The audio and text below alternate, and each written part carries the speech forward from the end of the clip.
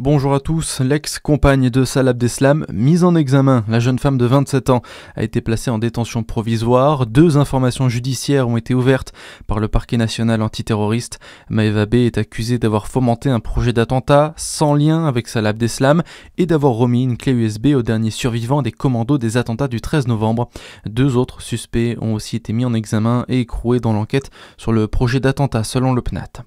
Le droit a été appliqué, je vais maintenant préparer le procès en appel, la vérité triomphera. Voilà ce qu'a écrit Nicolas Sarkozy sur X hier. Après être sorti de prison, l'ancien président a été libéré après décision de la Cour d'appel de Paris. Il a été placé sous contrôle judiciaire en attendant son procès en appel dans l'affaire du financement libyen de sa campagne de 2007.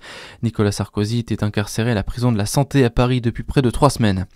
Marine Le Pen, elle, n'est officiellement plus conseillère départementale du Pas-de-Calais. Le Conseil d'État a confirmé la démission d'office de la leader d'extrême droite après sa condamnation à 5 ans d'inéligibilité pour détournement de fonds publics. D'après les magistrats, les règles du code électoral ont été appliquées par la jurisprudence, selon laquelle un élu local condamné à une peine d'inéligibilité avec exécution provisoire doit être démis d'office par le préfet. Le procès en appel doit se tenir pendant 1 mois à partir du 13 janvier.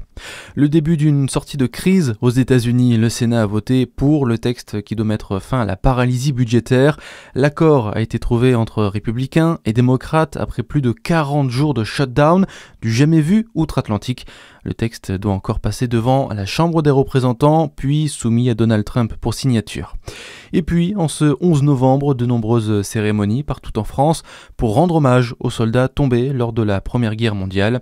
En milieu de matinée, le président Emmanuel Macron ravivera la flamme du soldat inconnu sous l'Arc de Triomphe à Paris. L'occasion aussi d'honorer tous les soldats morts pour la France. Voilà pour l'actualité, très bon début de journée à tous.